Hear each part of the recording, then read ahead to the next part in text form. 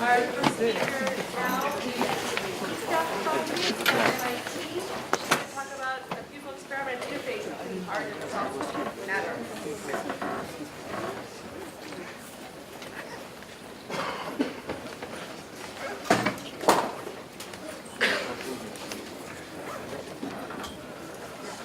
Okay, so I would also like to thank Christina and Jen for organizing this wonderful microphone.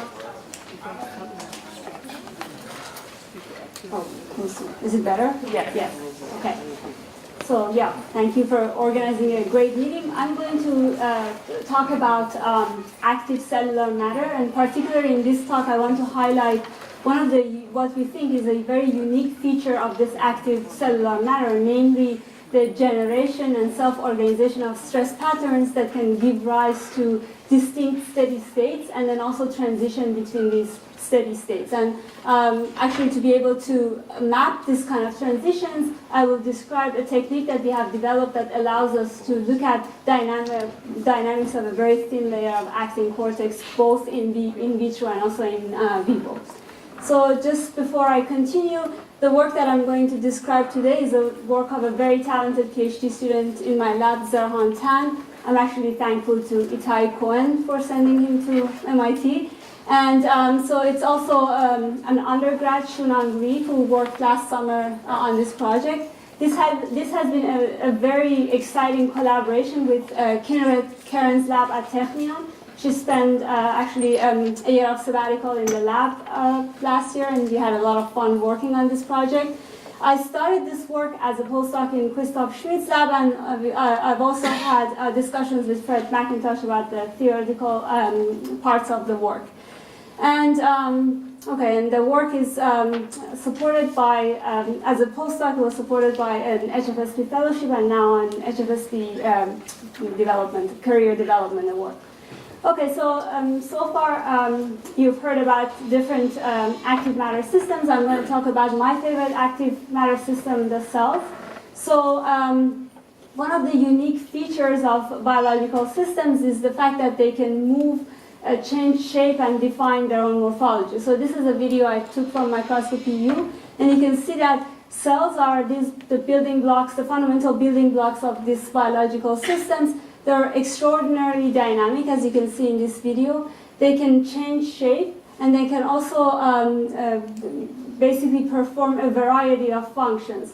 So from a physicist's point of view, obviously it's a very fascinating object, but it's also very kind of frightening because you need a lot of variables to be able to describe this very dynamic behavior. However, over the past few decades of experimental work, there is a simple simplicity or universality is beginning to emerge.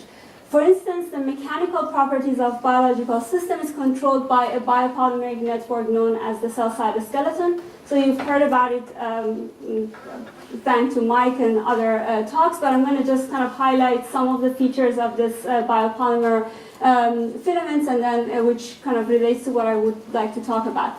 So these three filaments are intermediate filaments, actin and microtubules. I'm going to focus on microtubules and actin. So these are biopolymers that their description involves a semi-flexible polymer model system. However, they're fundamentally out of equilibrium. And they have three distinct features.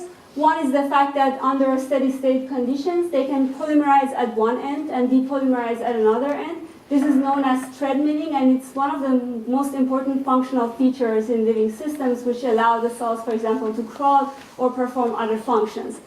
And the other thing is that they're polar filaments. So because of this polarity, they give rise to direction, and so they actually the activity will be have some directionality.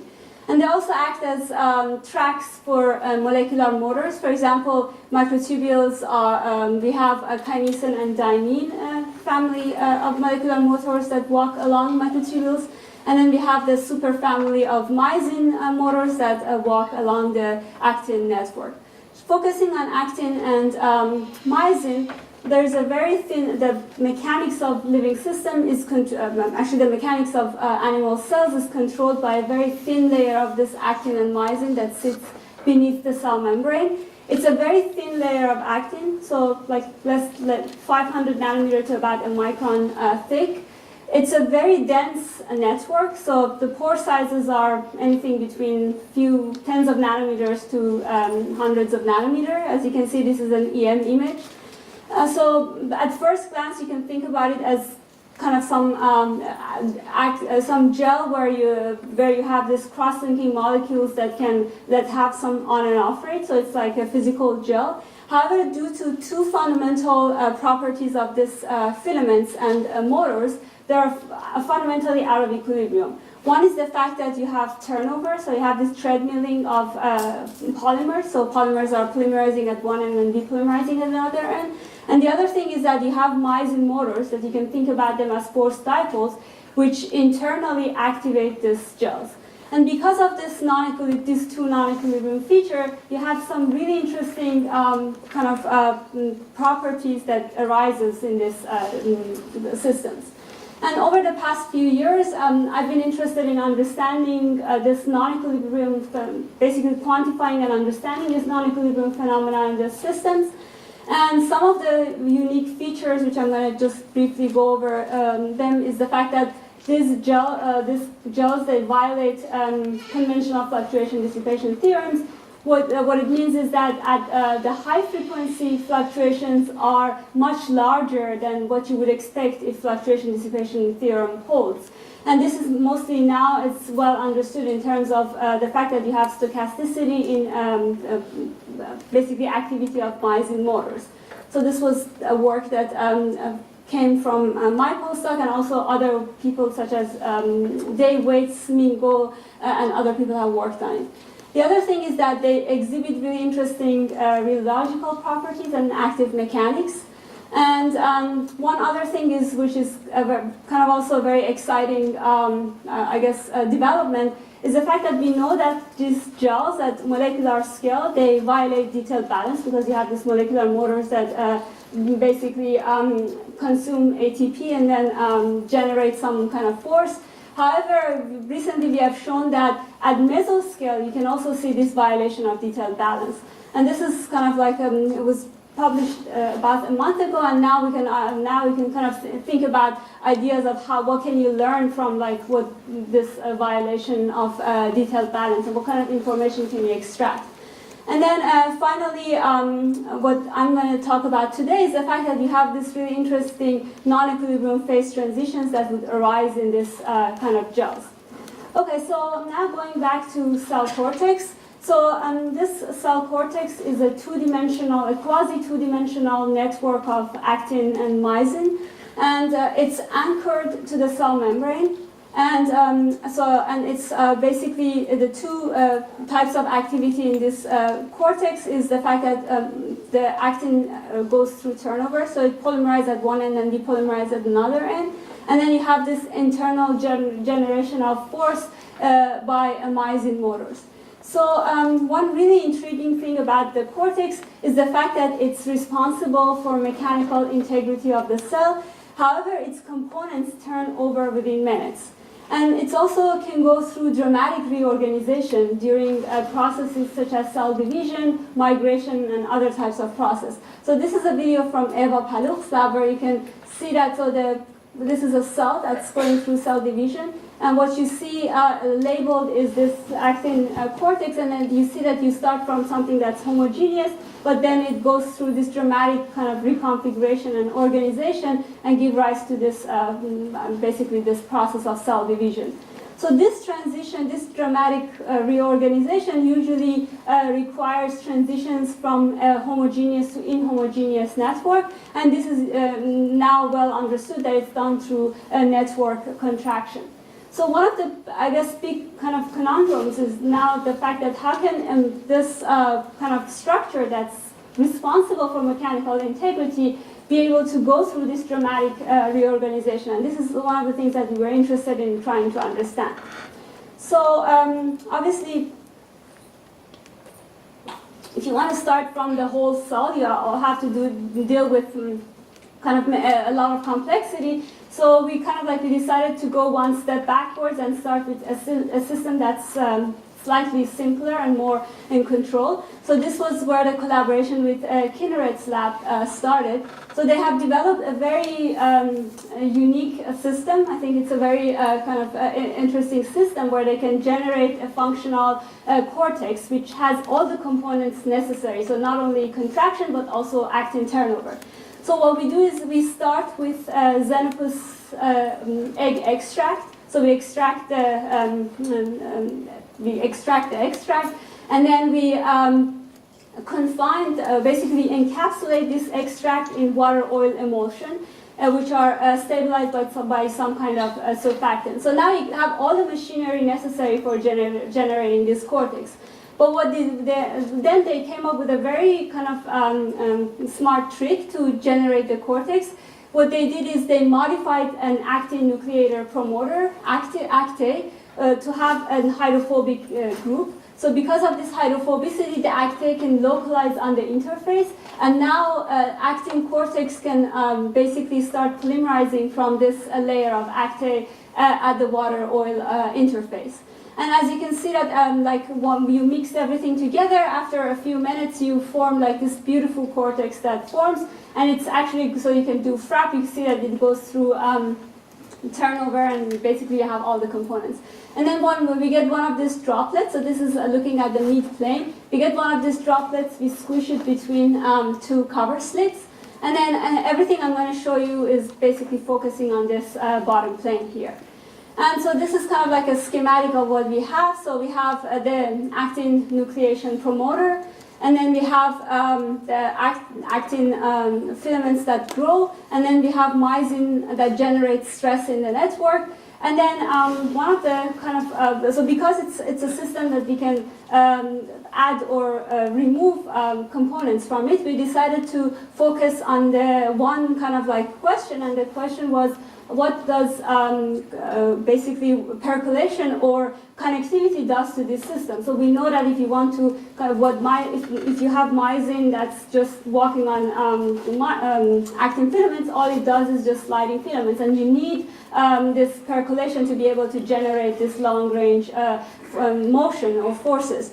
And so what we did is we played with kind of an amount of cross-linking that we added to the system to see if we can actually induce this type of phase separation.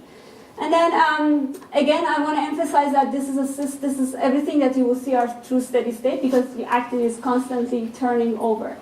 And then the other thing was the fact that if you just want to focus like on looking at fluorescence, this is a very dense network. So if you just want to look at fluorescence images, you won't be able to see any local fluctuations or any local dynamics. So for that, we came up with an idea to introduce some agents inside this cortex, which they will then locally report from the fluctuations in the cortex. And this is using my favorite nanoparticles, carbon nanotubes.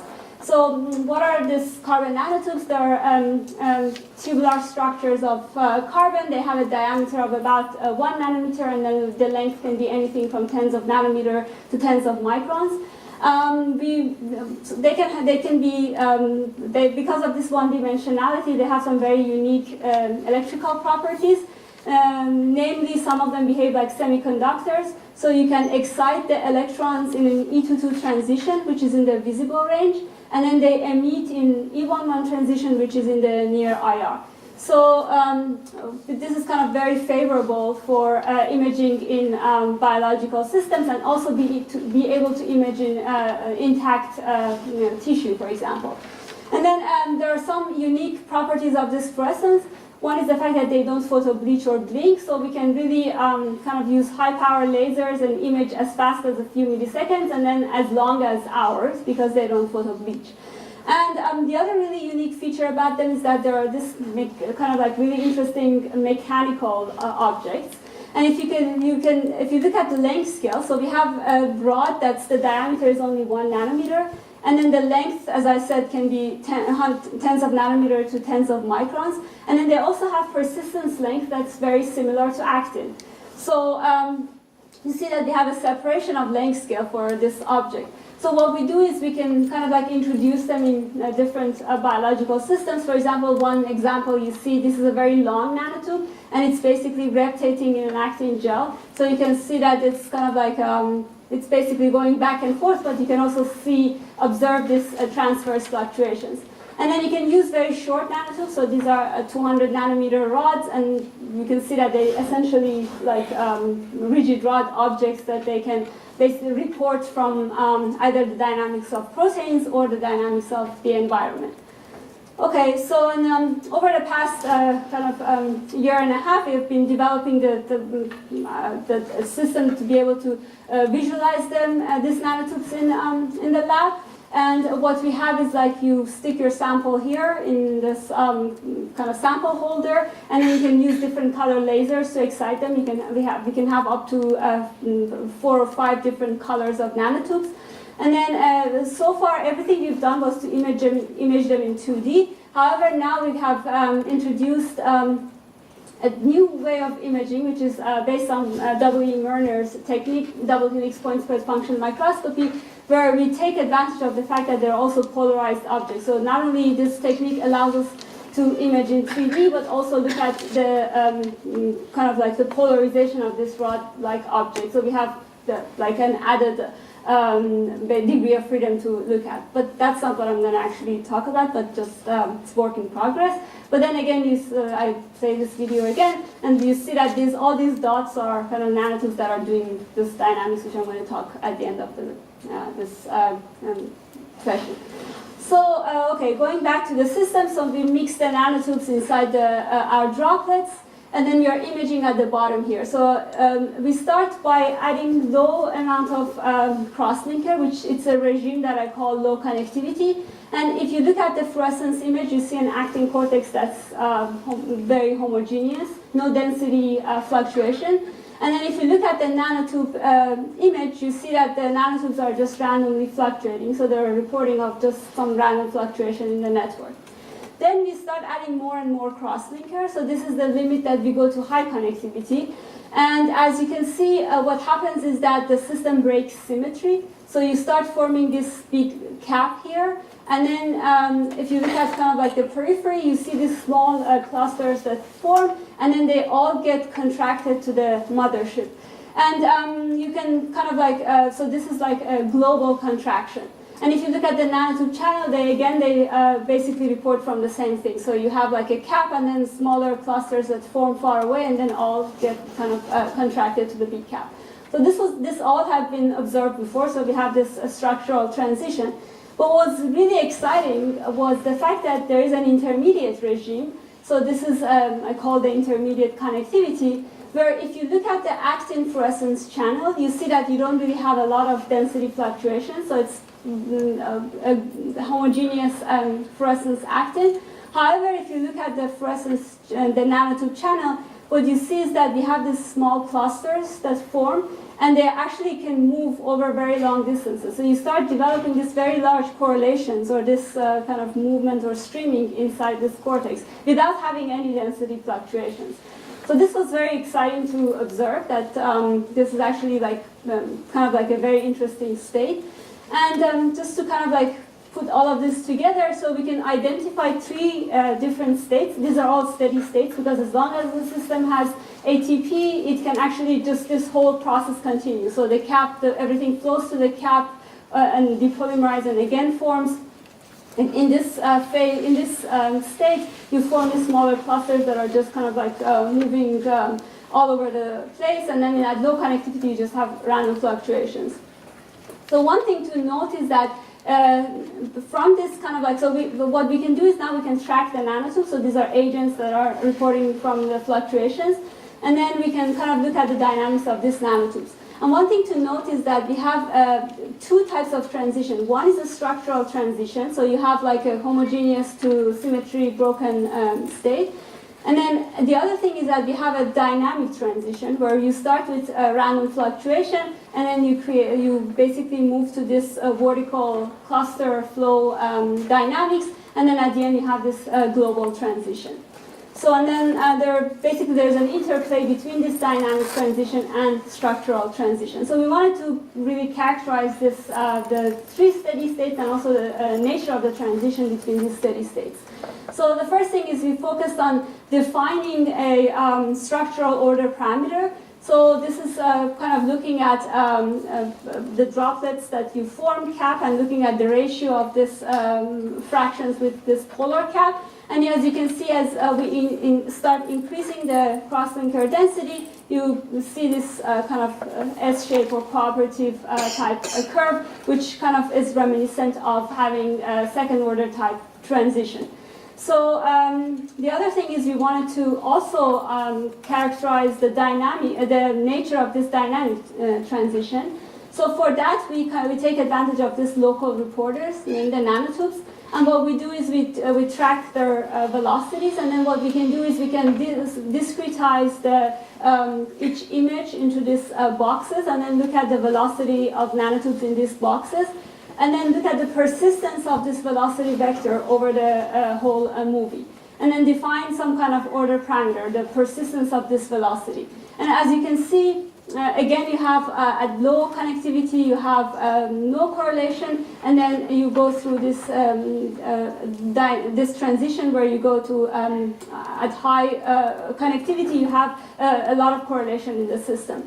And one thing I want to kind of emphasize is the fact that, as Michael also mentioned, these are disordered systems. So the order is not a structural order, but it's really, I'm using velocity as the order parameter. So what actually we're seeing is this ordering of the stresses. And okay, so just kind of like to put this together, so you see that we have this structural transition using this order parameter, and then we have this dynamic transition. And as you kind of like notice, we have the dynamic transition occurs before this structural transition. And this kind of like made us think that maybe it is very favorable to, if you want to make this kind of structural transition, maybe it's very favorable to be in a regime where you are very dynamic, highly susceptible, so you can easily make this kind of transition. So to kind of like understand this type of dynamic transition, we further looked at, for example, development of correlation length in the system. And you can look at, you can define some velocity fluctuation correlation, where from that you can measure some correlation length. And as you can see, at low and high connectivity, this velocity fluctuation correlation goes down. And then at intermediate connectivity, you have this highly correlated system, correlation length of up to 15 microns, which are still much smaller than the system size, but kind of getting close to system size. And so this is kind of like a peak that looks like it's kind of reminiscent of having a critical type state. And the other thing is we wanted to look at the susceptibility of this state, this intermediate state. And then we defined the susceptibility as some kind of generalized displacement over some generalized force. And for that, what we did is we looked at the change in the patterns of motion, so in the change in velocities, over the small change in the stress field. And here, if you kind of like, if you notice the myosins, they can bind and unbind, and so you create this kind of random fluctuation in the stress field. And as you can see, at low and high connectivity, we have the system is not susceptible, and then at intermediate connectivity, you develop this kind of basically high. The system is highly susceptible to any small changes in the force fluctuations. And so we did a kind of like a very simple simulation. This was done by Fred's, one of Fred's students, where we had an isotropically stretched 2D network. And then you can see that close to percolation transition of this, close to marginal connectivity in this network, you also get this high, kind of like high susceptibility here, which is, it's not this obviously there is no turnover or anything in the system, but you can see that if you are close to this type of transition, you get this high susceptibility. Okay, so now I just want to kind of like put everything together and try to understand these three types of phase states and also the transition between them. So to do that, we define some global type order parameter, and this is we looked at some directional correlation function. And the way it's defined is that if you are some particle sitting at the middle of this spider web figure, then you look at distance r, and then you look at all the particles that are at a distance r and angle theta, and then you basically put points on this spider web here. And then if you see at low connectivity, we have a free symmetric graph, and which means that we have random distribution of the force generators. Then I'm going to go to the intermediate connectivity. Now you can see that we start seeing this breaking of rotational symmetry. So we have this front and back. Basically, if you are look at your front and your back, everything is kind of moving with you. So you have this type of nematic ordering of Myosin forces, the force generators. And then this highly correlated region in the middle is basically the cluster size, or the average cluster size that you have in the system. And it's the kind of like what gives rise to this type of cluster size is the fact that you have polymerization and depolymerization from the clusters, but it seems like once the cluster is formed, that kind of like, size is maintained. And then if you go to high connectivity, you see a different type of symmetry breaking, which is this translational symmetry breaking, where you have this polar ordering of Myosin forces now. So you can imagine you have this cap, and then all of the forces are, all of the Myosin force generators are basically sitting at the cap, and then they're pulling the small clusters toward the cap. And again, this highly correlated region is, tells us about what the cap size is. Okay, so just to kind of like have 2 minutes, I'm going to tell you what the phenomenological model that we think can explain the data that we see. One is starting with low connectivity. As I mentioned, all Myosin can do is just to slide filaments, so you have just random fluctuations of your probe. Then when you go to intermediate connectivity, what happens is that you form these small clusters. And then these clusters are connected with tenuous bridges. And the Myosin motors that are sitting on these tenuous bridges, they basically have a tug of war. So they can move these clusters around, and whichever cluster wins, you can see this type of long-range motion and correlation in the system.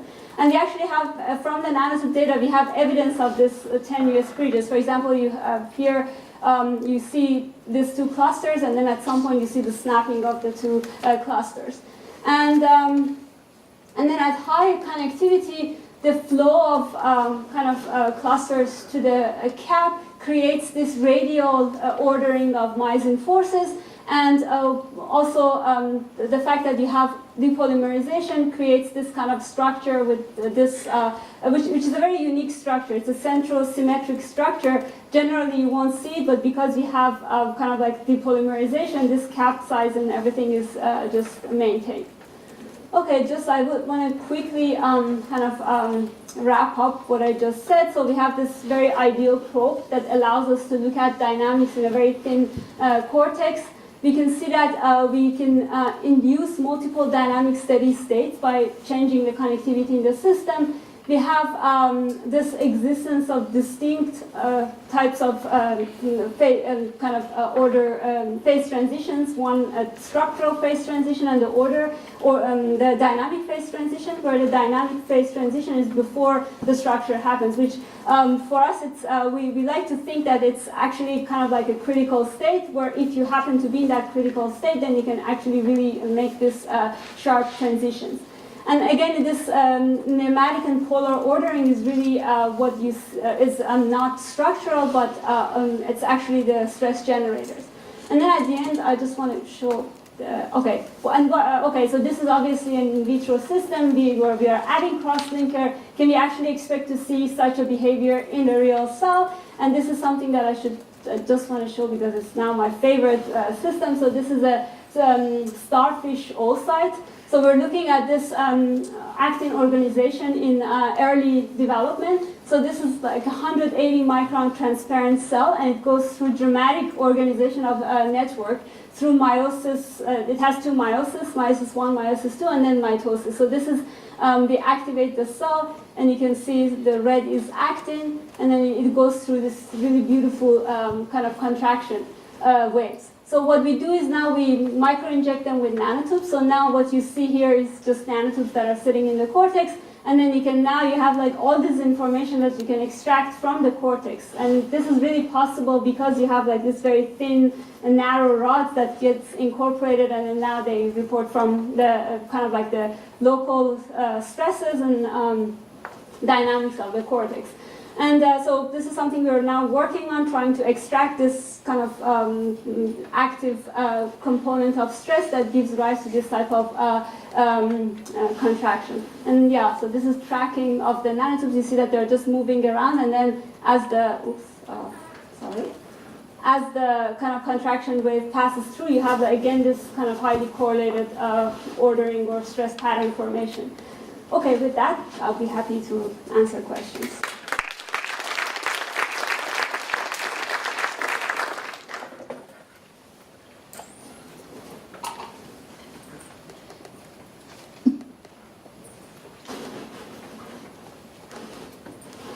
It was very nice talk. So I have two questions. So you use the in vitro system, complicated system, encapsulated by lipid vesicle. But actually, water, oil, emulsion. yeah, okay. But do you expect there is any effect of the spherical geometry? Like, for example, if someone repeat your experiment on the 2D flat surface, maybe some of the result might not show. Yeah, I mean, absolutely. I think the reason that this system is kind of like much closer to the geometry you have in the cell, so it's like a kind of like a spherical type geometry, and I think it's closer to what you get in the cell. But but if we can see this type of streaming and everything on a 2D surface, I don't know, but I don't see why you won't be able to see. And the second question about the so if you maybe use the lipid vesicle, then if let's say your actin cortex is tightly coupled to the membrane, then maybe there might be another regime at a very high cross-linking density. Then network is well connected and tightly coupled to the membrane. Then it might not form the single aggregate. I mean, it may be just to generate the tension with maintaining connectivity rather than aggregating into the one single focus. So right now, actually, the cortex is connected to the lipid, not the lipid, but the water, oil, emulsion, because we have this acte, which has a hydrophobic part, so it's sitting kind of like it's incorporated into the oil, and then you have this other part, which is a functional part where you basically polymerize the actin from the interface. So the cortex is actually coupled to, I mean, it's, I don't know if that answers your question, but it's not just so there is coupling between the cortex and the lipid, not the lipid, but the water, oil, emulsion. Okay. So I was wondering how specific, have you tried other crosslinkers, like the fact that alpha-actinin is rigid, does it play a role, or if you use a flexible crosslinker, would it change the result? That's one. Yes, so actually the Kirat's paper, in that paper they tried other types of crosslinkers, so it just changes the transition. I mean, they weren't looking at the dynamic transition, it changes the structural transition, like which concentration it happens. We only looked at alpha-actinin in this, but it looks like other crosslinker can also induce this type of transition. One more short question. I couldn't reconcile your phenomenological model with the polar ordering that you talked about. Mm-hmm. So you said at high connectivity that there is radial contraction and myosin sort of clumps in an isotropic structure. Mm-hmm. So I was wondering what sort of gives rise to the polar.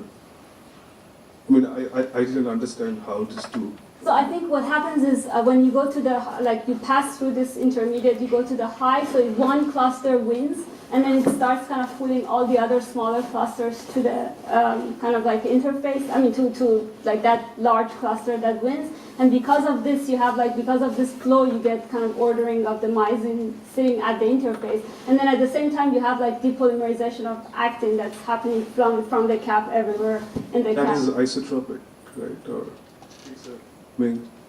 So from the data, we see that it's just isotropically flowing into the cap. So, Any questions?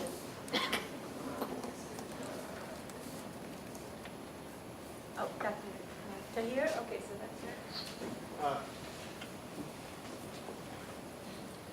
here. So I've actually worked on non-equilibrium phase transitions, and one thing I found to be very tricky is oftentimes it's not so easy to distinguish a true phase transition from a crossover. And so I guess along the lines of the previous question, you said that if you change various parameters here and there, maybe it shifts the transition point or it shifts this. Can you maybe measure some sort of universal critical exponent or universal scaling function that undergoes a universal discontinuity at the transition? So that's... So I would say that experimentally, it's, I mean, like to get everything to work and kind of like get everything happen exactly where it should happen, I think it's very difficult. But at the same time, I don't think, I mean, we're trying to get ideas from equilibrium phase transition and kind of map that, but this is a non-equilibrium phase transition. So I mean, I would say that we shouldn't force ourselves that everything should hold like the way that you have in equilibrium. And this is like, I think it's where new theoretical, I think, development can be expected. And yeah. Okay, with that, we'll thank the speaker.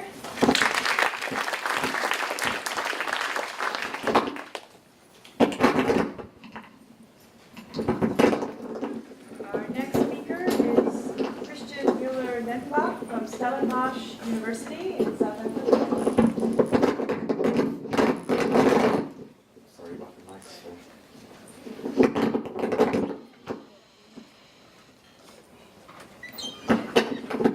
going to talk about simple active gels.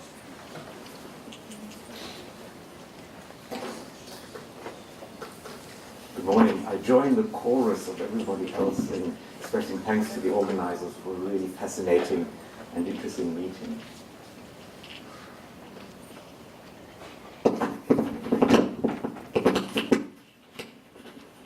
Is that better?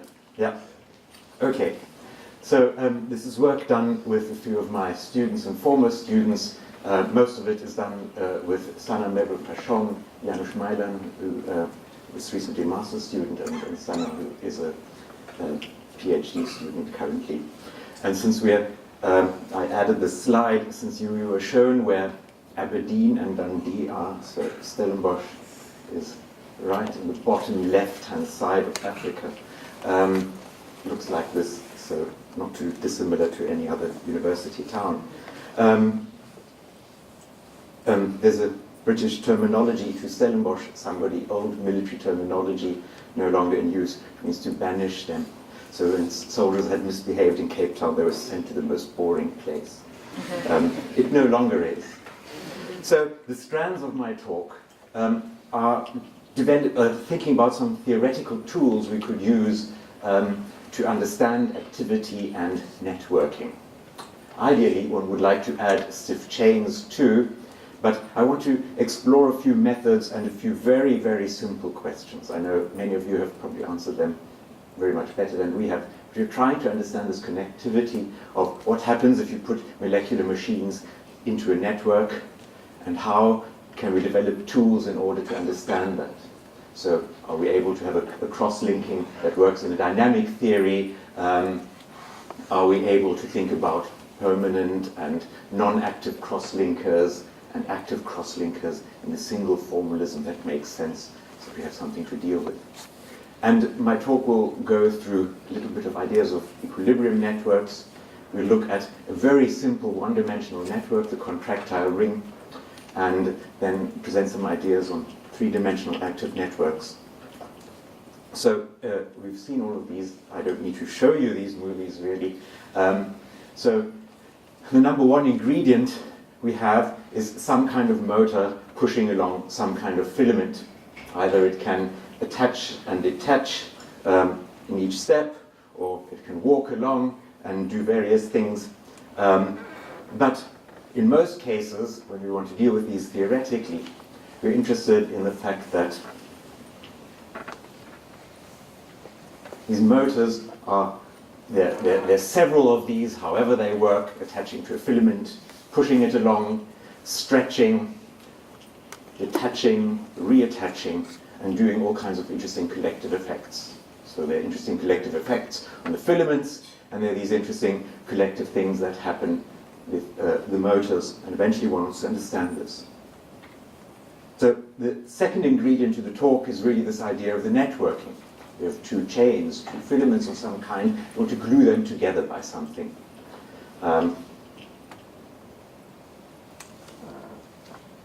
it work?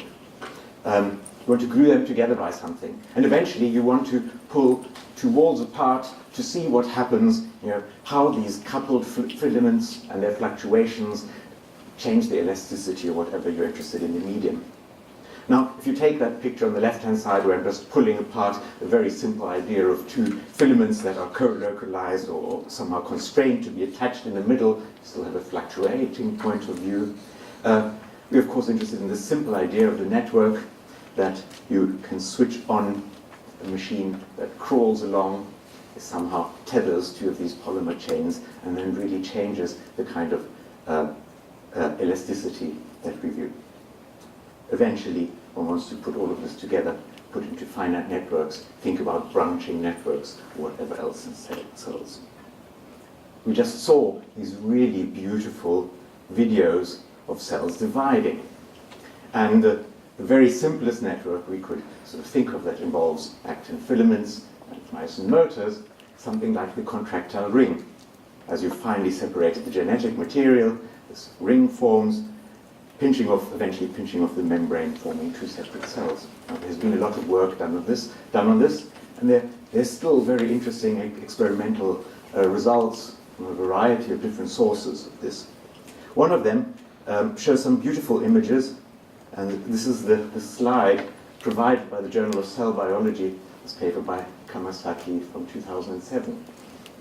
So they show different temporal stages of the contractile ring. So at first you have actin filaments, and here they're labeled light blue and red depending on the orientations they have. So some oriented this way and this oriented that way, and you can see the start of this process. There are two halves of separate orientations. The filaments interdiffuse, and then some mechanism is switched on so that the ring contracts. Okay, so all of these are described over here, very clever measurements. So how can one start to think about this? There have been various ideas about the contractile rings. Does one need septins and other kinds of permanent crosslinkers or other kinds of reversible crosslinkers that are not active in order to make this happen? So we just wanted to try some of our ideas and think about these active crosslinkers, the ones that push two rods past each other or two filaments past each other in a very simple system. They play two kinds of roles. One of these roles is that, as you see in the picture above there, you've got the attachment points essentially moving along the filament. So the top filament, they have a preferential direction of jumping towards the left. The bottom filament, they have a preferential direction of moving towards the right. Doing so, they stretch those red springs and they pull the two filaments in opposite directions. So what you essentially have is that, as we've seen this morning before, is two filaments overtaking, moving in opposite directions. The other role is not only just exerting forces relative to two filaments, but as we also saw, there's some kind of energetic advantage to going click, attaching these two filaments together. So there's also just some kind of energetic advantage of actually forming the crosslink. So there are two things that actually happen. Now what happens if we put the motion part plus the same crosslinkers with the energetic part together? We think about the forces that come about. So you can imagine that the more these filaments overlap, the more the likelihood there is that, perhaps from some solution, active cross-linkers will join into the filament. So you could increase the force, but you also increase the viability of a link between the two. More linkers, more energetic advantage. So you put that into a very, very simple-minded solution, nothing very sophisticated at all. And probably very bad to see, but we have red and black dots over here indicating filaments that point in the left or in the clockwise or anti-clockwise direction of this contractile ring.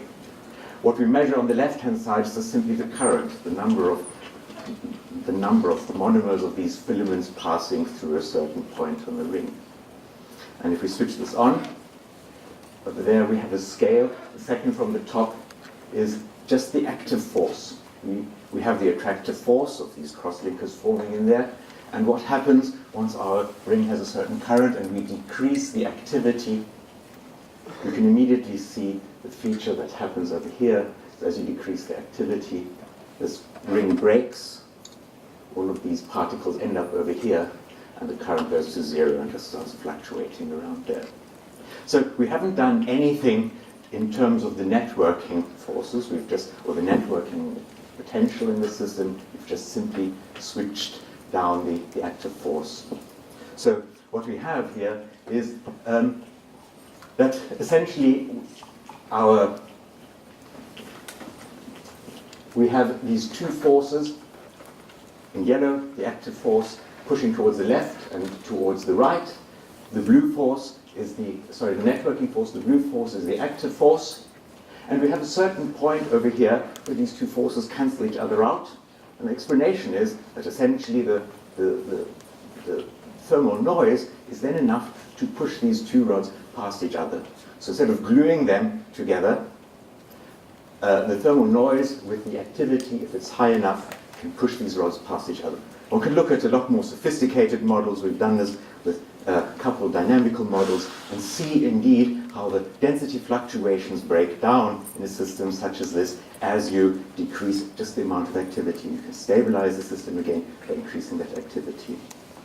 So you can also think about active cross-linkers in different sets of networks and relate them to an old idea from polymer physics called slipping links. So what happens if you have the slipping links in a network and you start extending the network? Where do they go? We can look at a very simple scenario of one or two filaments and see, for example, that there's certainly a non-monotonic response in the force depending on an active cross-linker, now one that can't detach, but one that just exerts a constant force on the system. Can do it slightly more sophisticated calculations, still not very sophisticated. And we see that depending on the ratio of the elasticity of the tether, the crosslink itself, and the elasticity of a chain, this is done for flexible chains, unfortunately, only you again pick up that green line, which is the non-monotonic behavior.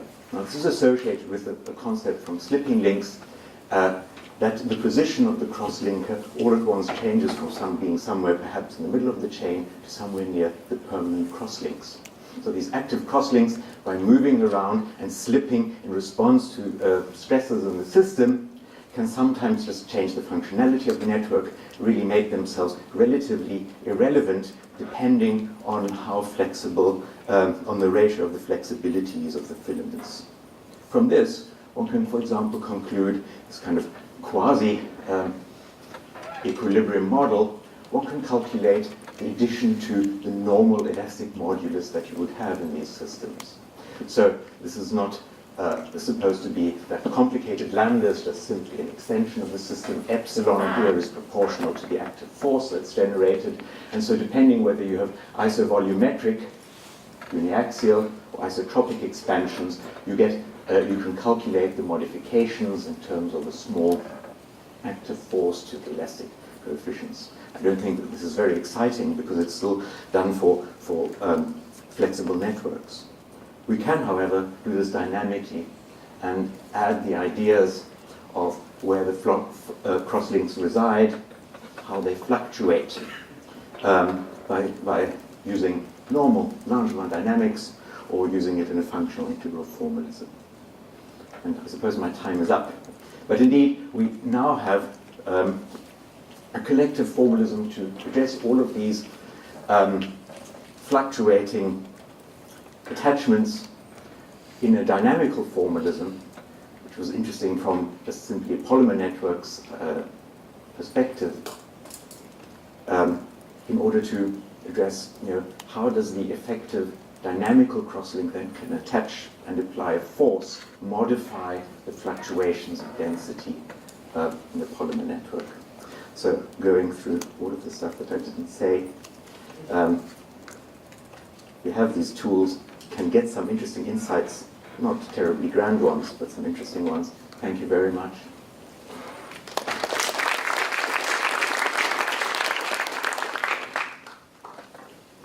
Questions? Okay, Thank One you. quick question. Yes.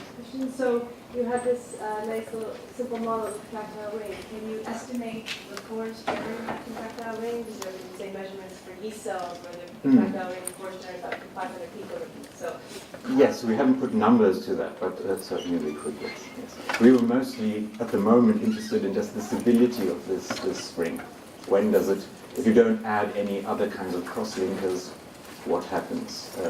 When does it fail? But certainly we should be able to help. Exactly. So what happens really is the activity mixes up the filaments. The network wants to collapse them, and the activity pushes them apart again, essentially. So you get the tensile force, essentially, from the cross-linking components.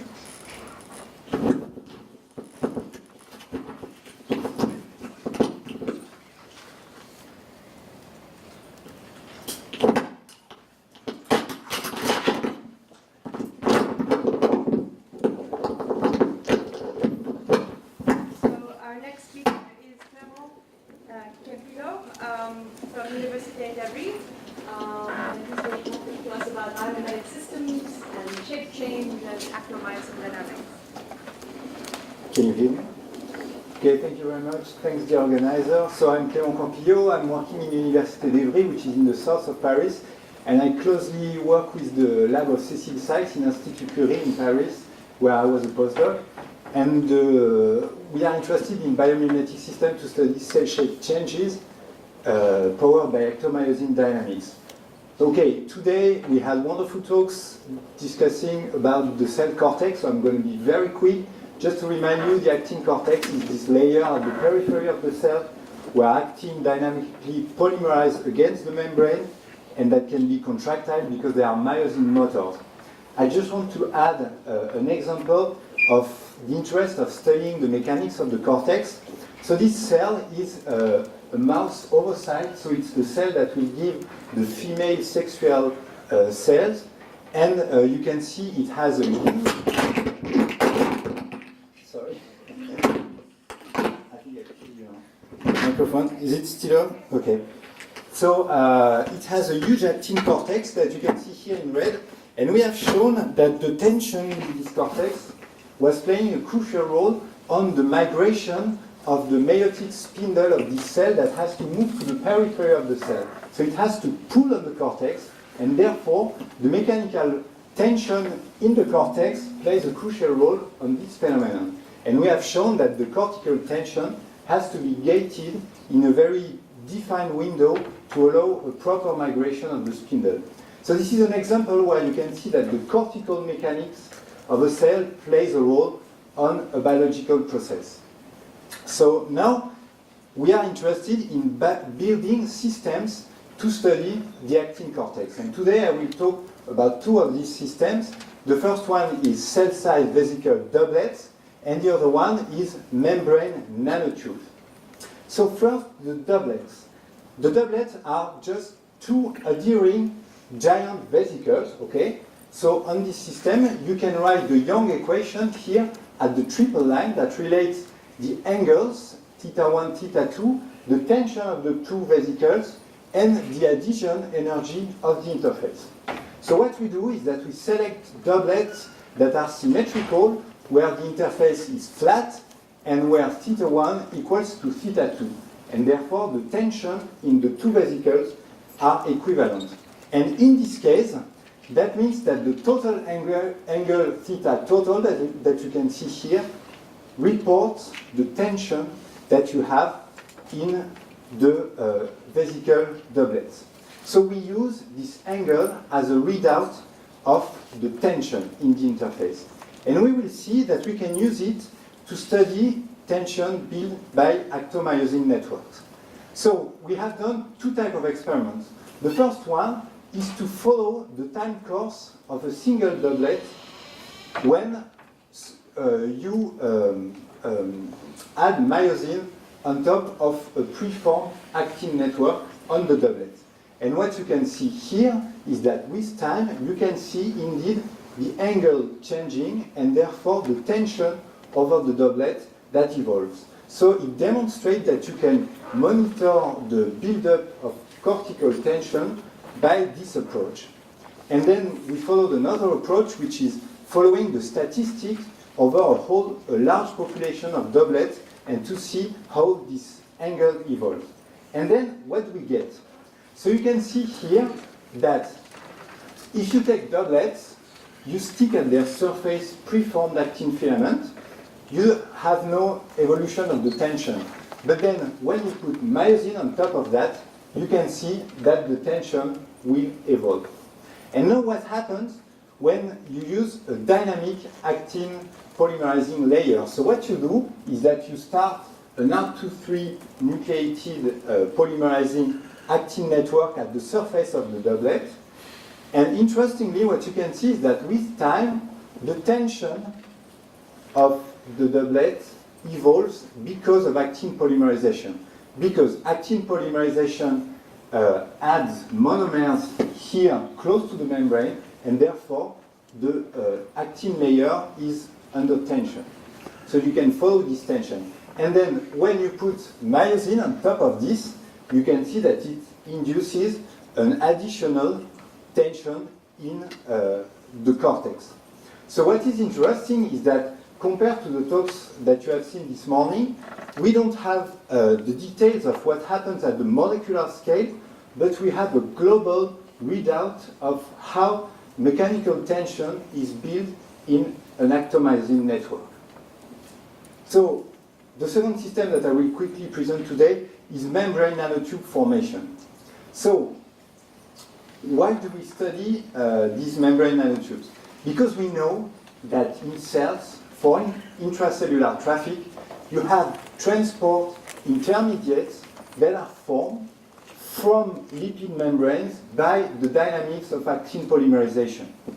And then these transport intermediates, they can be cut also by actomyosin.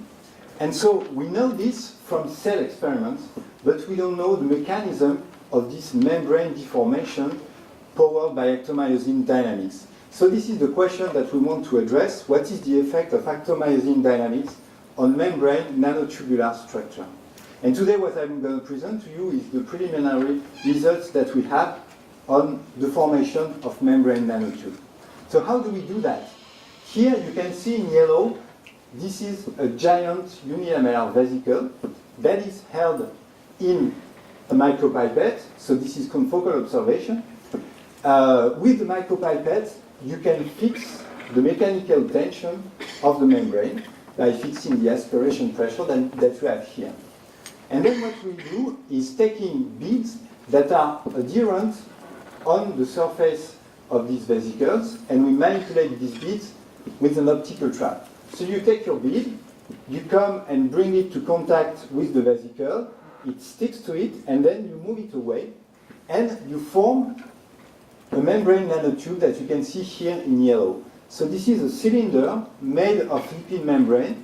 Its radius is 20-30 nanometers, so it's a suboptical object. And you can use your optical trap to measure the force that is exerted by this membrane nanotube. So what we have done this year was to work with Timo Betts, who was in Curie since recently. And we have built a setup where the optical trap goes after the sample onto a quadrant photodiode detector. And we use this QPD to measure forces. So to measure a force, you can see over there, you need the trap stiffness and the position of the bead inside the trap. So we use acousto-optic deflectors to move the laser compared to the bead, and thus to calibrate the voltage of the QPD as a function of the distance of the bead from the center of the trap. So this way we can have d, the distance from the center of the trap, and then we have to calibrate the trap stiffness, and to do this we follow the fluctuations of the bead inside the trap, and we know from the Langevin equation that the power spectrum of these fluctuations can be described by a Lorentzian function that you can see here, and you have here a cutoff frequency that we measure, and that gives us the trap stiffness. So we have trap stiffness, displacement of the bead. We can now measure forces with our setup. And to validate this force measurement, what we do is measure the bending rigidity of our lipid membranes. So when you have a tube like that, we know that the equilibrium force to maintain the lipid nanotube writes this way, with kappa being the bending rigidity and sigma the membrane tension. So what we can do is change the membrane tension playing on the pressure inside the micropipette and record the force at different tensions. And then if we plot the force versus the square root of sigma, we have curves like this, and their slope gives us a value of the bending rigidity. And we find 10 kBt, which is okay for the type of lipid composition that we use. And so we still don't have results on what happens when we put actin on this structure. But what was very interesting is that using our QPD recording of the force, we have a very large range of frequency at which we can record force fluctuations. And what you can see is that, so this is in black, the fluctuation of a bead that is freely moving in the trap. Then we use this bead to form a membrane nanotube and then record the fluctuation of the bead. And we obtain this, this red curve that you can see here. So what it shows is that the lipid nanotube induces viscoelastic contribution to the fluctuation of the bead. And we are right now working on understanding this phenomenon, working with Pierre Sans, and taking into account the fluctuation in the radius of the tube. We show that we can explain this viscoelastic effect that we have at low frequency.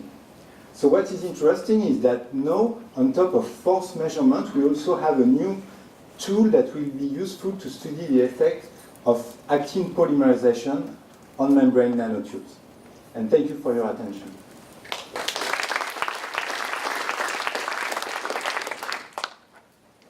Questions?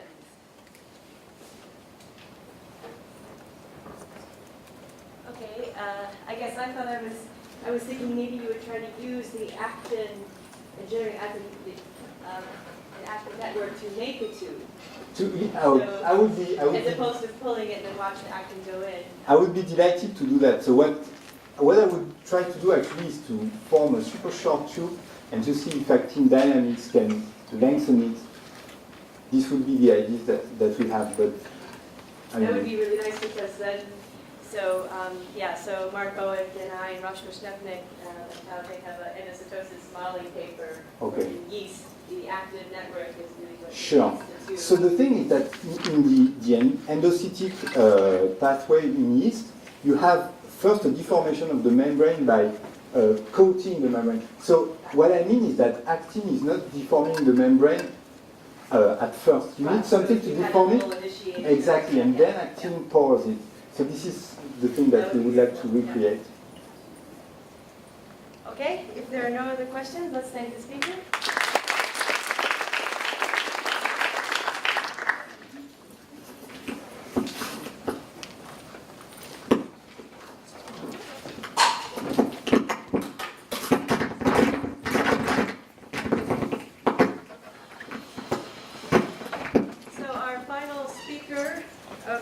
Session and the conference is Alexandra Zidowska. She's at NYU, and guess we've been talking about cellular mechanics and the actin-myosin cortex a bit. Now we're going to hone in, and someone referred to the nucleus earlier. We're going to now learn a little bit about the nucleus from Alexandra. Thank you very much. I'm waiting for it to appear. This is hang it here. I don't have a pocket. I don't know why my computer is not.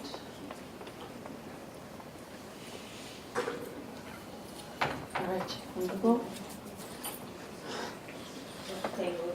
That's fine. I'm not speaker. We can disentangle afterwards. Does it hold? This dongle doesn't. Should I try the other one?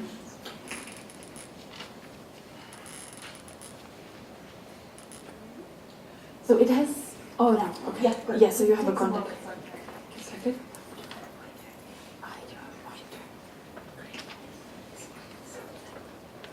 Good. All right. Thank you very much for the introduction. Thank you very much to the organizers for organizing such a beautiful and excellent workshop this week. And thanks to all of you who actually made it to the very last talk of this conference. I was very much worried like how full will be audience today, as many of you, actually all of you probably need to catch a train or a flight later today. So thank you for being here.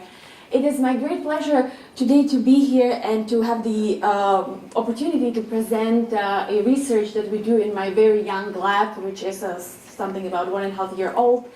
And I have started my lab very recently at NYU in the Center for Soft Matter Research, and I've been very lucky already by now to nucleate a very nice dynamic group of young chromatin enthusiasts. So here I'm proudly displaying the group with my 3 grad students, 2 master students who are actually biologists, and 4 undergraduate students and postdoctoral fellow. And the 2, oh yeah, it's completely dislodged. It broke the mechanism. Okay. That's fine. I will try to use my left hand by holding this, and the right hand for that. So, and 2 of them are actually here sitting in audience. You might have seen Fang's poster earlier this week, as well as Simone's. Okay, so as advertised by Jen, we are now switching gears. For the very last talk, we're moving from acto-myosin systems to chromatin. So the story that I would like to tell you today is about the micron-scale coherent in interface chromatin dynamics. And because it is a very different system from those that we have discussed so far, let me give you first a brief introduction where we learn what is interface, what is chromatin, and why do we care about its dynamics.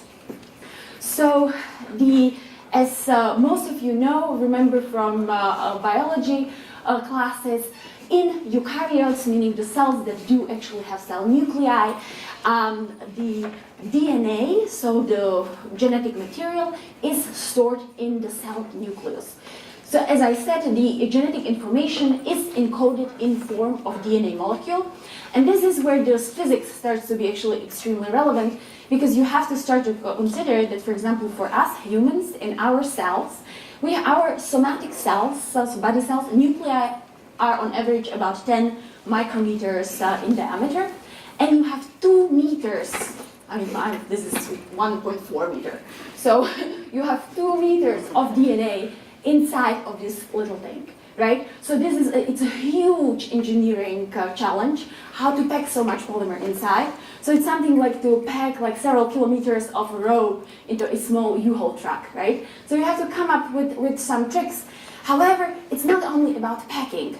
The problem or the challenge is that you have a number of active processes that are constantly ongoing in the cell. Therefore, it very much matters how you pack your polymer, because there is gene expression that needs to go on. There are times where you want to replicate your DNA, and at any point of the cell cycle, you must be ready or available for DNA repair in order to maintain genome integrity, right?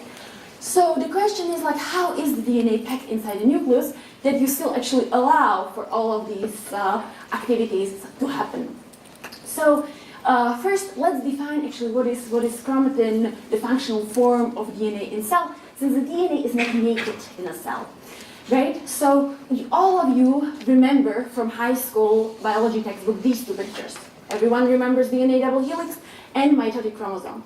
But what for some reason all of us tend to forget after being years away from high school is that the mitotic chromosome actually exists in cells only for a very short time period. It's about only for 40 minutes during the cell division.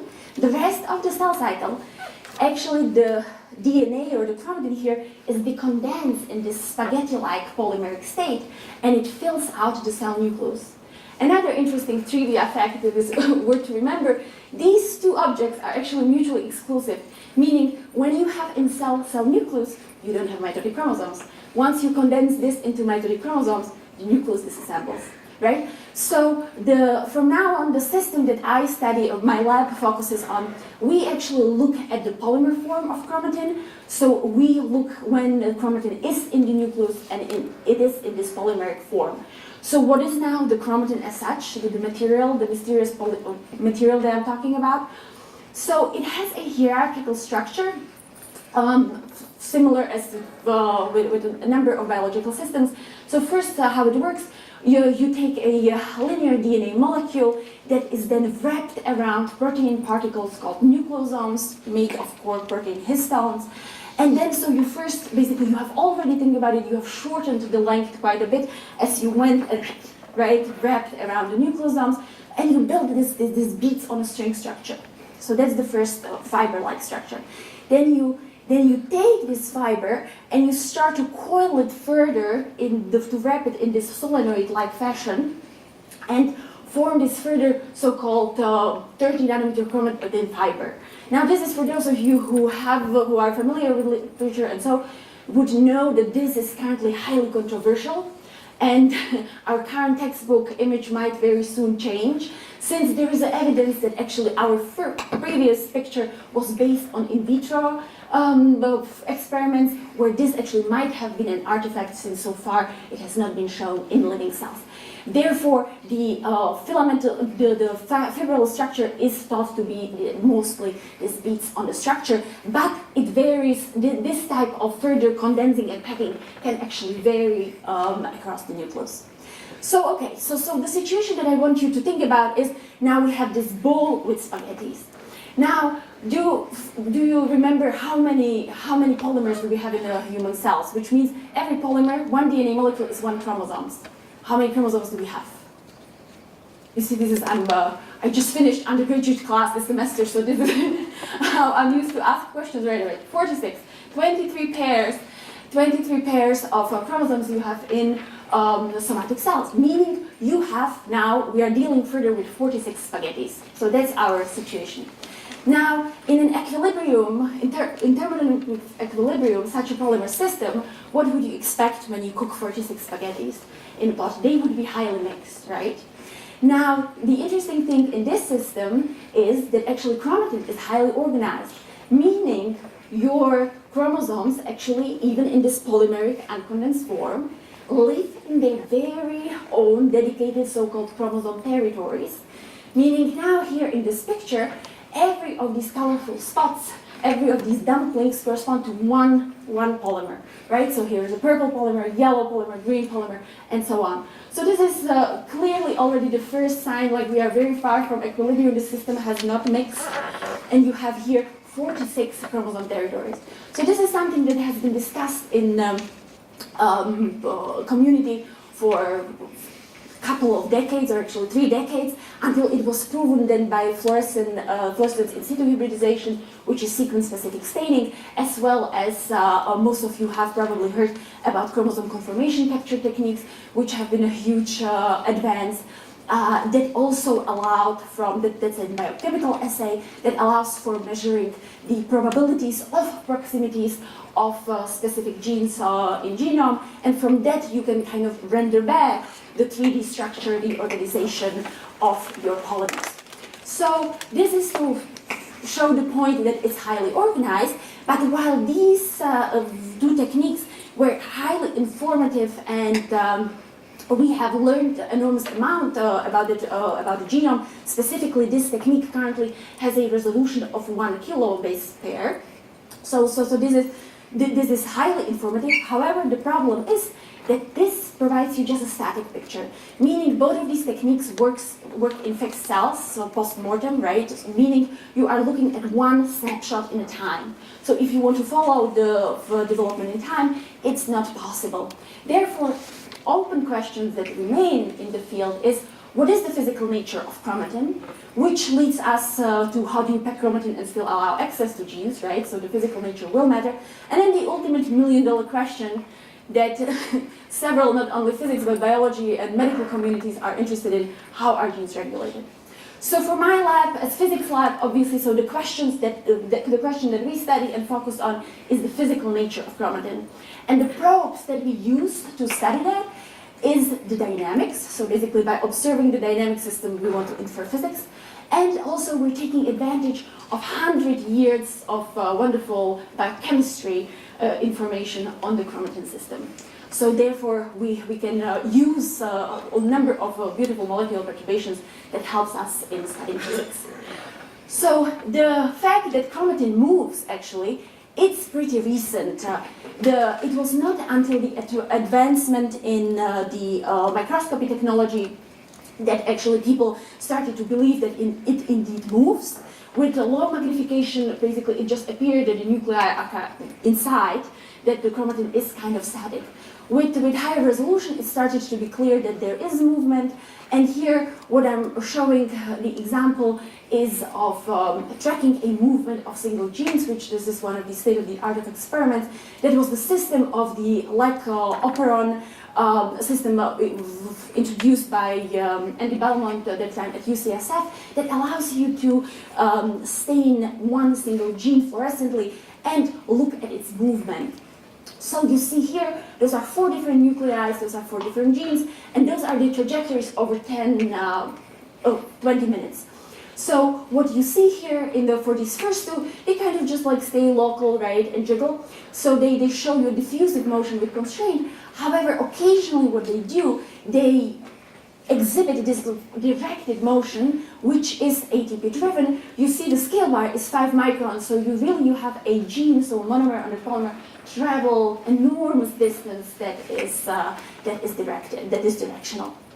So I personally, when I was a postdoc, I found this data tantalizing, and it kind of, I felt it opened many more questions to me as it answered, but so it got me enormously excited and started to think about the chromatin. So basically, how can we answer questions of types such as, if my gene here moves this way, how does this affect its neighbors, right? It's a monomer. The gene is a piece on your DNA, so basically it's in our thinking, it's a monomer. That means it has to drag a certain extent of neighbors with it, right? So there has to be some type of coherence or correlated motion.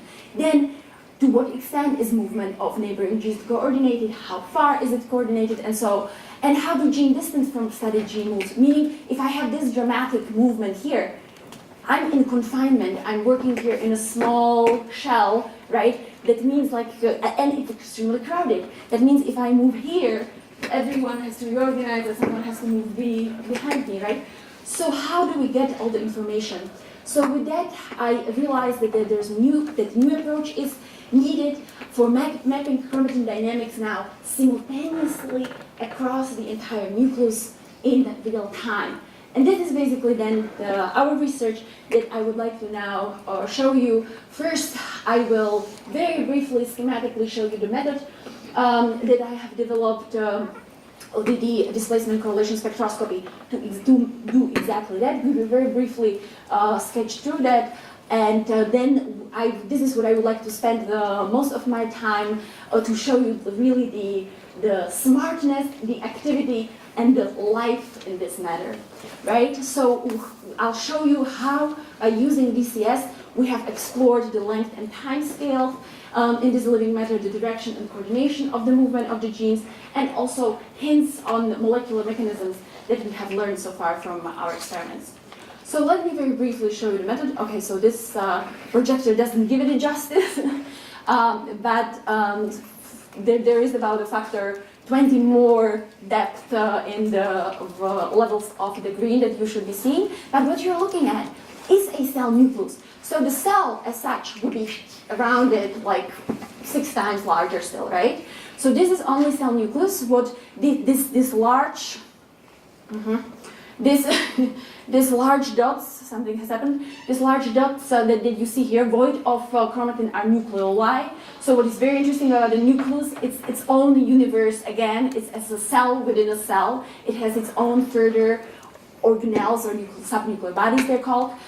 And the green stuff, what you see, that's the chromatin. So we have fluorescently labeled chromatin, and so you see those are the polymer fluctuations that you are observing here. Okay. Okay. All right. Now, good. Can I get rid of this? Move the mouse off the bar. More mouse over the bar. Ah, okay, good. So what are we looking at? So in that movie, basically, when you see this nucleus, you saw that it's clearly it's moving very vividly. So how do we look at this? We use a sphinctis confocal microscopy, where we basically look at one thin salami slice of the problem. So we literally look at the polymer in that one focal plane, and what we do, we use fluorescently labeled histones H2B-GFP, and we observe basically the intensity fluctuations within that one focal plane, which directly report on the concentration fluctuations of the polymer in the plane, which we can then translate into chromatin positional fluctuations. So very briefly, how do we do that? This is something that to this community I actually don't even have to explain, so let me actually skip this slide. Let's go to this step. So we generate the displacement fields by cross-correlation of images. So we have seen here a number of techniques that use this first step. What we do in displacement correlation spectroscopy as the second step is we actually vary the delta t, so the time interval for which we calculate these displacement fields, since what we are recording are basically long streams of images that are being recorded in a very, very fast way. And then basically what we do, we calculate displacement field for every pair of images, for every delta t that is experimentally available. So that way, this allows us to actually explore different timescales in the problem. Once we have calculated all these displacement fields that we get about at the order of 500,000 per nucleus, then we actually, the first diagnostics that we do, we calculate the spatial displacement autocorrelation function for every single of those fields, which gives you the first diagnostic, is there any characteristic length present in your field? And so that helps us to identify right away characteristic length scales. So this is just to briefly give you an idea how we map actually the displacement in space and time, and let me now show you what we have learned with it. So the first thing we did as a control measurement, what we have done since we measured these little short displacements, we have calculated simply mean square network displacement in order so that we can compare this dynamic with the dynamic of single genes that people have calculated for the Dirac operand system and calculated their MSD. Since we're looking here at the movement of a pieces of network, that's why we call it MSND instead of MSD. And what we see indeed is in a beautiful agreement, we find that the movement is subdiffusive, and the exponent is 0.7, which agrees with the previous measurements of the single genes. And also there is basically another story that I won't have time today to tell you, but what we see, there is also a fast superimposed motion connected with the processivity of the nuclear motors that we'll be hopefully telling you about very soon. But the power of our tool, of our approach, is actually that we know where all our displacements are sitting. And so therefore you can see right away that there are huge differences for the dynamics of the chromatin at different time scales. For example, here, so in my fields, I'm now color coding the vectors by direction, right? So not by amplitude as we are generally all used to. This is by direction. Now this is a field with delta t 250 milliseconds, and you see it's kind of more or less random how they point. Now, when you look at a field, here is an example for 10 seconds, delta t, you start to see these patches of same color, meaning you have a patch of chromatin that actually moves coherently together. Now, we can also, since we are calculating this for all our accessible pairs of images, so we do have actually the complete spatiotemporal evolution of these dynamics, so we can imagine how rich in information this is. We can basically study the flows and the movements of the chromatin now at all length scales. And you see here clearly you have just this at very short time scales, you have this random jiggling, where here the dynamics at longer time scales is strikingly different, and you see these large regions to move. So for example, here now the red one comes. Now it comes and goes like this. They actually, after about 5 to 10 seconds, as you'll see, they tend to actually break up and reorganize into new ones. So this is something that when you consider what I just told you about the organization of chromatin, starts to be very, very similar to the territories that we have shown. When you look at the shape or the layout of the territories with coherent motion, this here colored for easier viewing, you see clearly this is highly similar or very much resembling the territory structures. In any way, this has a huge implication for meaning the organization of nuclei is striking on micron and second scale, and there's apparently some collective movement of genes which we don't know right now. Is it a side effect of certain processes, or is it actually a process of its own and it's necessary? So let's see. We can, of course, then quantify this the correlation or the coherency in the movement. So we basically can, for every single time scale, calculate the spatial displacement autocorrelation function. So you see a huge difference in that. We have also all the times in between, and we see basically the increase in the correlation in time. We can also extract from that specifically the correlation length of this region. So we see as it first increases in up to 5 seconds, then we have a times of the maximum correlation, and then it starts to slowly decorrelate again. We have also started to approach it from terms of polymer dynamics, and so here this is from our current model that I won't be here explaining in detail. We have here interesting findings that we have a one constant exponent, so that's just for future story. So what I show you here is that DCS definitely allows us to use chromatin dynamics to probe chromatin, right? To investigate it. So it brings me back to the question, I kind of alluded to it, like, well, are these territories that I have just shown you, the dynamic ones, are those these? Like, these images look surprisingly similar. So for that, we have done another experiment where you can actually add another color with which now we have stained half of the chromosomes now red. So on the top of our green histones GFP, now half of the chromosomes are red, which of course it does not allow us to find a boundary of single chromosome territory, but now we have enough boundaries that if you look at a large number of cells, you can make statistically significant statements, meaning how frequently do these boundaries agree with these boundaries, right? And what we find, so here's, for example, a vector field calculated from the green signal, and you see the grayish map, that's the mask from the red signal from the territories.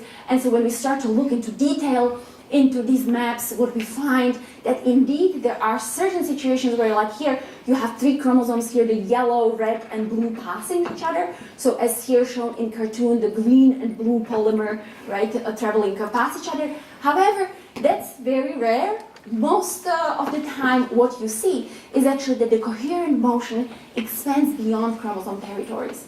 What does it mean? It's like here's so the cartoon here is very illustrative. So now that when you have the 2 chromosomes, 2 polymers, what you see is that the box indicates the coherent motion. So it's the red box and the blue box, right, contain parts of 2 chromosomes.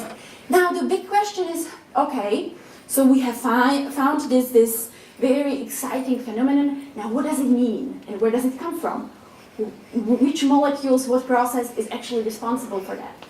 So the interesting fact for our system is that, unfortunately, in contrast to actin and myosin system, we don't really know. It's not even known what are actually the specific molecular players, right? We have a whole list of candidates, but we do not know which ones are actually responsible specifically for the dynamics.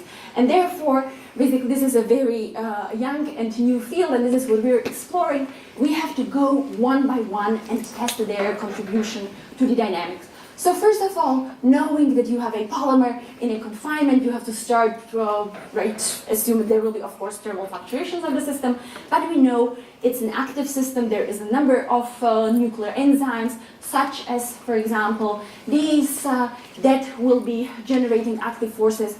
At the same time, we have to also consider cytoskeleton that is coming here from outside and is poking and touching my nucleus, meaning it can also kind of cause, it can work my nucleus as a bread dough, right, from outside. So until proven otherwise, we also have to consider that. And then I very brutally group here everything else, which is number of other nuclear ATPases that are not so well understood as these responsible for the fundamental biological processes such as transcription and replication and so on. But the chromatin remodeling factors, which is a new emerging group, tends to be highly important as well. So let me show you what we have learned as we looked at all of these contributors, possible candidates. So first, this is this is our control. The first thing what we have done, we have depleted ATP in the system and see that the dynamics, so here you see the local displacements were actually strongly reduced. So, and the correlated motion is completely gone. So we see that the chromatin dynamics is ATP dependent. Then we test obviously the impact of the cytoskeleton, because it could be that it's everything coming from outside. So for what we do, we inhibit specifically actin polymerization, microtubule polymerization, or then also myosin 2 activity with the blebbistatin, as Michael used in his studies as well.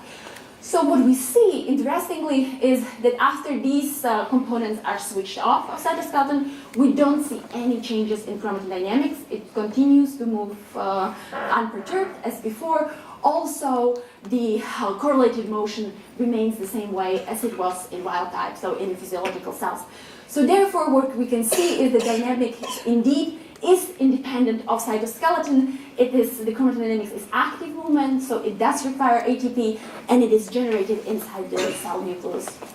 So with that, we can move, as we have taken care of these two, we can move on to the nuclear ATPases now, so the nuclear motors, so to say. They're very different motors than the cytoskeletal motors because they're not linear, meaning they don't walk and make steps as kinesins or myosins do for cytoskeleton, but these are basically motors that, for example, hug the DNA and unzip it, right, as helicases, or they have many other geometric situations there. So let's see what happens when we look at the nuclear enzymes.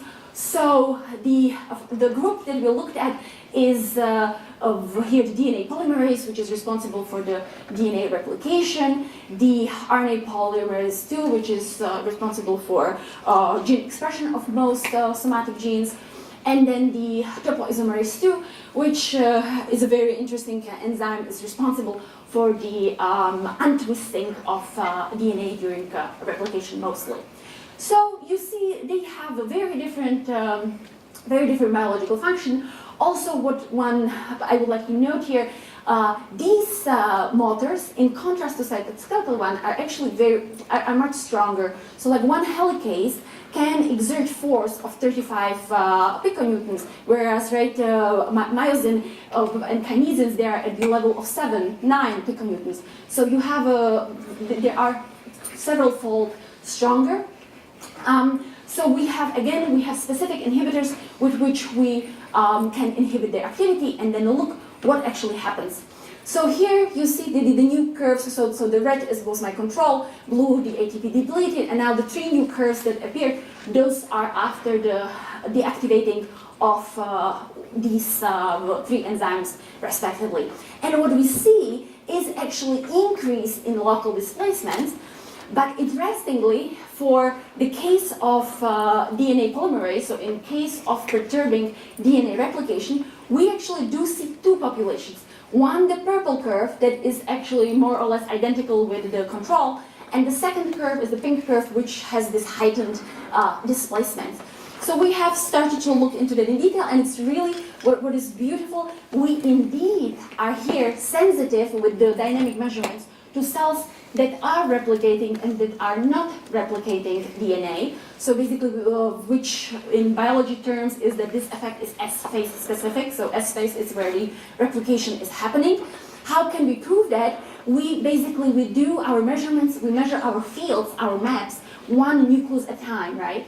Then, so first after you measure the dynamics, then we use so-called EDU stain, that is a nice biochemical assay with which we can actually visualize the cells that are currently in active replication. So you see, for example, here from these 4 nuclei, these 3 guys are replicating, this one isn't. So that way you can sort your populations, and you see that in fact, yes, the cells that are not replicating, and I'm adding a poison for replication, do not feel addressed at all, right? So they have unchanged dynamics. However, when they are replicating, their dynamics changes. So this is one effect. The interesting thing also what we find is that for these perturbations, actually the correlated motion disappears. So suddenly it's all local and uncorrelated with this much larger rate, doubled basically displacements as in wild type. Again, just for the completeness of the picture, for the group here that was not replicating but still perturbed by acetylcholine, the correlated motion is still preserved. So what I found here highly interesting and puzzling and frustrating at the same time, why these 3 guys, when you think about it mechanically, they have a very different signature in what way they apply forces on the DNA molecule and how they work it, right? Meaning, what I would have expected that actually every one of them will get a completely different curve. But that was not the case. So there was a philosophical question, like what do they have actually in common? Now you can actually, since we are in a living system and we have to consider there is a cell that is much smarter than us that works actually against our scientific efforts and wants to just stay alive as I'm doing all these unpleasant perturbations to it, right? So what these can be grouped as, those are actually DNA perturbations. And any DNA perturbation, not necessarily directly mechanically when you're cutting DNA or changing methylation pattern or so, but also if you are changing the machinery around, calls for DNA damage response. Now, therefore, what can be happening is that what we are actually seeing here is, one, is the loss of function of the nuclear motor that we have switched on, but at the same time, we have switched on the DNA repair mechanism. Therefore, in all of these cases, if the DNA repair mechanism dynamic signature is stronger than the loss of dynamics of that motor, that's what I will be seeing, right? I will be seeing still the dynamics of the DNA damage repair. So that was the hypothesis. So this is what we see, and the question is now, okay, so is this due to the loss of enzyme function or DNA damage response? So how to go about it? So first, let's test this hypothesis if it makes sense. So indeed, we've taken another beautiful small molecule, neocarcinostatin, that can introduce now really physical double-strand breaks, cuts into your polymer. It's very well studied. It's very well calibrated, so you can actually induce the almost well-defined number of breaks. And this is how then the cells look. We have a way also how we can actually visualize these breaks where we have caused them. And so all these dots here, you see those are 2 nuclei, and all these dots are now the cuts. Now, we calculate again here the dynamics for these cells with this direct damage, and what we see in fact is is that the dynamics here, the local displacements are increasing, and the correlated motion is actually disappearing. So this is so far, yes, this is consistent with our hypothesis. So now, when we have proven this, so how to go about it? We need to now to decouple these two active processes in this living system. So you need to somehow switch off the DNA damage response in order to see the loss of function of nuclear motors. And the way how we can do that, so basically this is where you go back to the biology and the biochemistry of your system and start to study the decades of the signaling investigations and stuff, and look at the signaling cascades. And in fact, DNA damage sensing on the biochemical level has been very well studied, and therefore there we have identified basically the most upstream involved molecular players. And totally up there is the ATR kinase. Underneath the second member would be CHEK1. So what we do, we have now tried to switch those off. So the idea is, if I make my cell blind to seeing DNA damage, then I can switch off whatever I want, and I can just look at the mechanics of the problem, right? But the cell is not trying to heal whatever I'm causing. So therefore, we're trying to blindfold the cell. And this is what we do here by blocking first the ATR kinase, and here by CHEK1, and then look again at the dynamics. So first, with respect to the local displacement, this is beautiful. We can definitely see there is no change. However, already when we switch off the damage sensing, we lose the correlated motion. Meaning what it shows you that the ATR kinase activity is actually required for normal dynamics even in unperturbed cells. That actually makes a huge sense, because you know that all of this biological machinery does also a number of spontaneous mistakes, which constantly need to be repaired, right? So therefore, the DNA damage repair system is at a non-zero activity at a basal level constantly. And then basically when you check the literature, you'll find that, for example, the knockout mice of ATR kinase, this knockout is, for example, lethal. So you can't actually live without having this completely active, so the organism does not survive. So this, while it kind of, make things more, how much? Yeah. Done, good. While we found and identified this very interesting phenomenon, obviously it has not helped us in our mechanistic adventure. So how to go about it? So first, let me summarize what we see, right? So the wild type, you remember, so that was this coherent dynamics. When you cause DNA damage of any kind, what we see is that the local displacements are increasing and the coherency, the coherent motion disappears.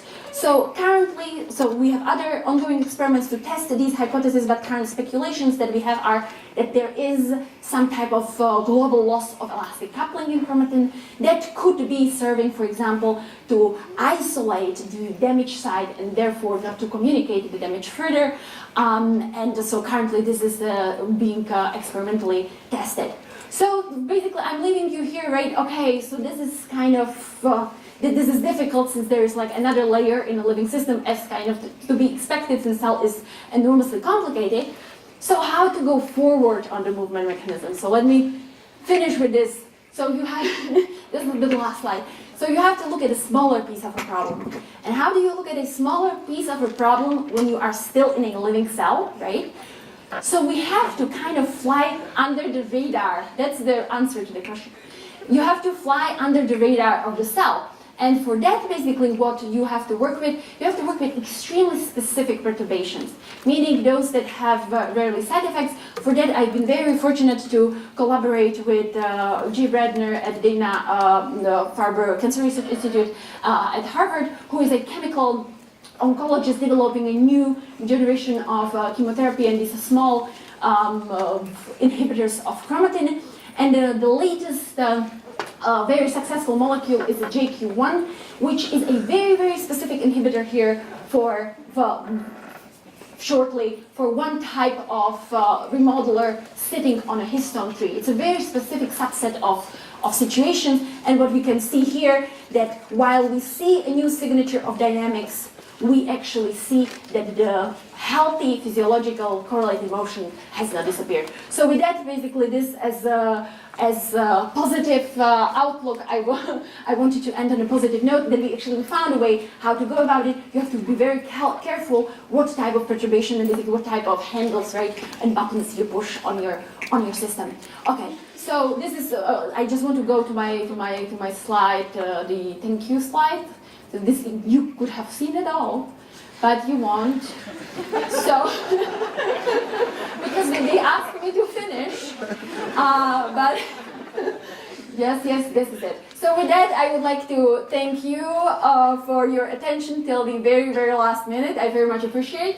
And I would like to thank everyone here, my postdoctoral advisor, Tim Mitchison and Dave Waits, my current theoretical collaborators that I unfortunately didn't have the time to show you the theory that we have worked on, Shura Grossberg, Robin Brunsma, and Yitzhak Rabin, and my current lab, who's amazing, and we're on the way to great things. Thank you.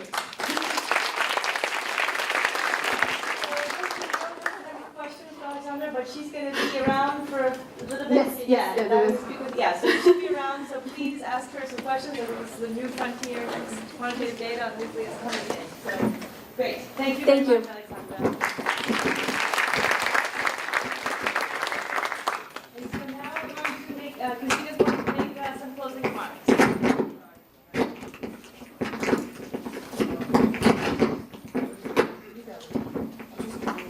You guys?